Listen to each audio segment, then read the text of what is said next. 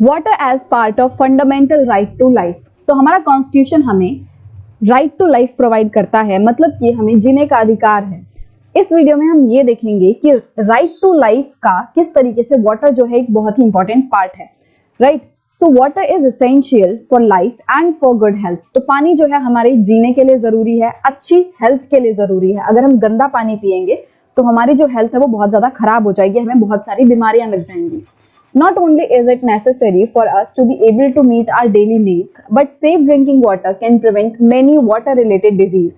तो जो पानी है वो हमें हमारी डेली नीड्स के लिए तो जरूरी है ही है, कि जो रोजमर्रा में हम बहुत सारे काम करते हैं उनके लिए तो जरूरी है ही, बट साथ ही साथ बहुत सारी ऐसी बीमारियों को रोकने में भी पानी मदद करता है जो कि पानी की ही वजह से होती हैं। मतलब कि अगर गंदा पानी हम पिएंगे तो उसकी वजह से हमें बहुत सारी बीमारियां लग जाती हैं। तो सेफ ड्रिंकिंग वाटर क्या करता है, मतलब ऐसा पानी जो साफ है, जो स्वस्थ है, ऐसा पानी जो है वो हमें बहुत सारी बीमारियों से बचाने का काम करता है। India has one of the largest number of cases of diseases such as diarrhoea, dysentery, cholera. तो इंडिया में पानी की वजह से बीमार होने वाले लोगों की संख्या बहुत ज्यादा है। तो डिजीजेस जैसे कि डायरिया हो गया, डायसेंट्री, कॉलरा, इस तरीके की बीमारी इंडिया में बहुत ज्यादा देखने मिलती हैं। और लगभग हर रोज 1600 भारतीय जो हैं वो पानी के वजह से होने वाली बीमारियों की वजह से मर रहे हैं। और इन 1600 इंडियंस में से ज्यादातर जो लोग हैं वो 5 साल से कम उम्र के बच्चे हैं, राइट। मतलब कि ज्यादातर बच्चों को गंदे पानी से होने वाली बीमारियां हो रही हैं और उनकी डेथ भी हो रही है। The death can be prevented if people have access to safe drinking water. अब ये जो डेथ हैं, जो गंदे पानी की वजह से बच्चे मर रहे हैं, लोग मर रहे हैं, इनको रोका जा सकता है अगर हम साफ पानी प्रोवाइड करा देंगे। स्वच्छ पानी अगर होगा तो इनको ये बीमारियां जो है वो नहीं होंगी, राइट। तो इस तरीके से हम बहुत सारे लोगों को सिर्फ साफ पानी देकर उनकी जान बचा सकते हैं। The Constitution of India recognizes the right to water as being a part of right to life under Article 21.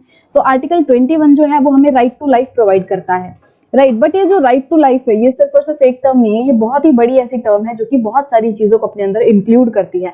इसका मतलब क्या है, जीने का अधिकार। अब हम जी कब पाएंगे, जब हमें साफ हवा मिलेगी, जब हमारे आसपास का एनवायरनमेंट जो है वो क्लियर होगा, जब हमें साफ पानी मिलेगा, अच्छा खाना मिलेगा।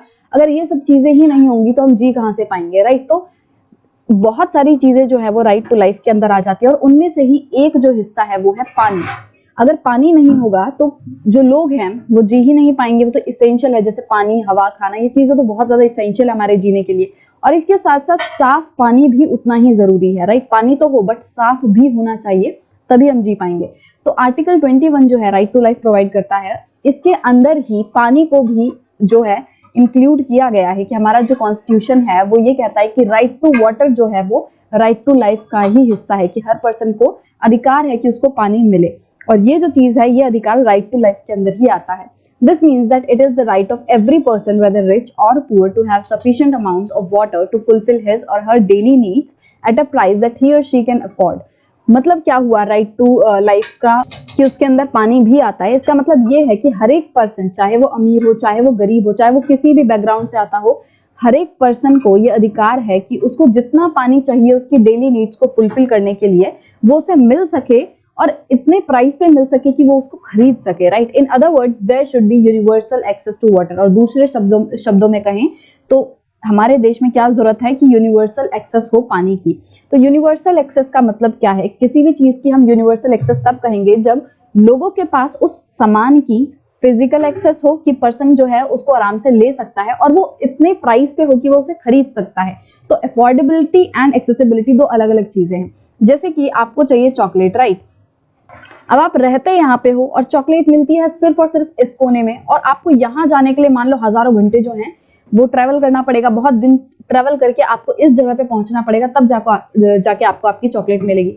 मतलब कि ये चीज आपके पास अवेलेबल नहीं है, एक्सेसिबल नहीं है। अगर आप इसको एक्सेस भी करोगे तो उसको आपको बहुत ज्यादा टाइम लगाना पड़ेगा, बहुत ज्यादा पैसा खर्च करके उस जगह पे पहुंचना पड़ेगा, तब जाके आप उस चीज को खरीद पाओगे, राइट। अब मान लो ये चीज जो है यहाँ पे नहीं है, आप ही के लोकेलिटी में, आपके साइड की दुकान में मिलती है, राइट।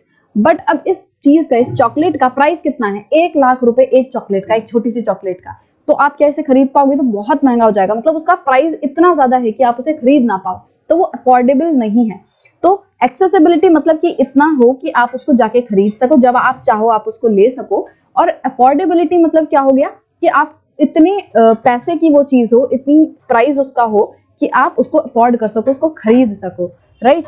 अब चीज इतनी दूर है बट मान लो 5 ही रुपए की है तो भी कोई फायदा नहीं कि उसको हम ले नहीं सकते। चीज भले ही पास है बट इतनी महंगी है तो हम खरीद नहीं सकते। तो दोनों ही चीजें होनी जरूरी हैं कि वो सस्ती भी हो और पास भी हो। तो ये हो गया यूनिवर्सल एक्सेस।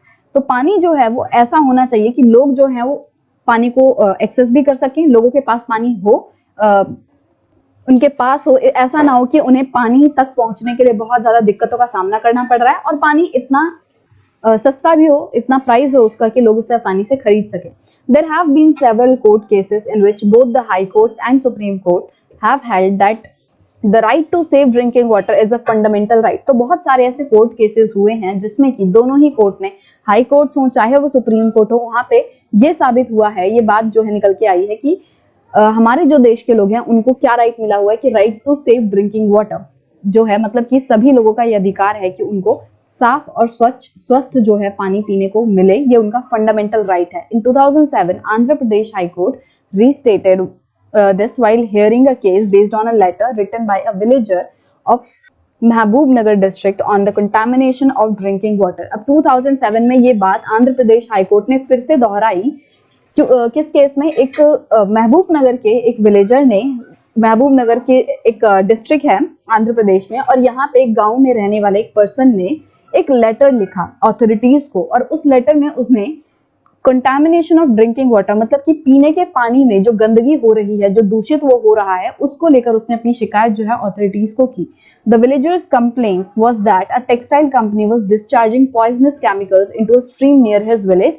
तो जो विलेजर था उसकी क्या कंप्लेन थी कि पास ही में एक टेक्सटाइल कंपनी है, एक कपड़ा बनाने वाली कंपनी है, और वो पास ही की एक छोटी सी स्ट्रीम में, छोटी सी नदी में बहुत ज्यादा खतरनाक जहरीले जो हैं केमिकल्स को डिस्पोज करती है, डिस्चार्ज करती है। वो अपनी फैक्ट्री में बहुत सारे केमिकल्स वगैरह का इस्तेमाल करती है और उसके बाद उसको डिस्पोज जो है वो कहाँ कर देती है? उस नदी में कर देती है। और इसकी वजह से क्या हो रहा है कि ग्राउंड वाटर जो है बहुत ज्यादा कंटामिनेट हो रहा है, दूषित हो रहा है। साथ ही साथ जो पीने का पानी है उनके लिए वो भी सही से उपलब्ध नहीं हो रहा, क्योंकि वो लोग तो उस नदी पे ही डिपेंडेंट है और खेती के लिए वो जमीन के पानी पे डिपेंडेंट है।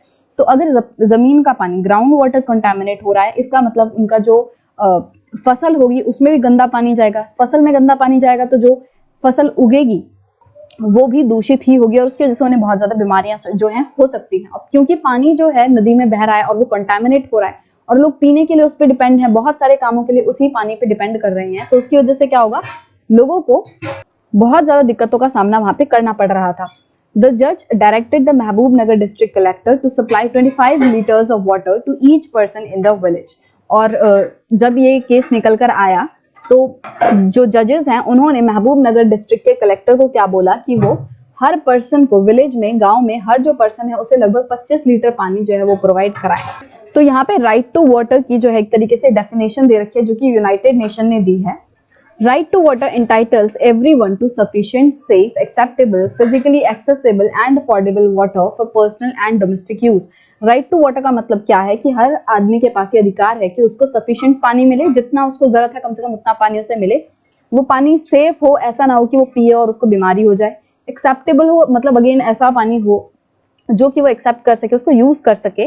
फिजिकली एक्सेसिबल हो, ऐसा ना हो कि पानी जो है वो 7 समुद्र पार है, वहां जाके उसको पानी लाना पड़े। पानी जो है उसके पास हो, वो उसको ले सके और इतना प्राइस का हो कि वो उसको खरीद भी सके, राइट।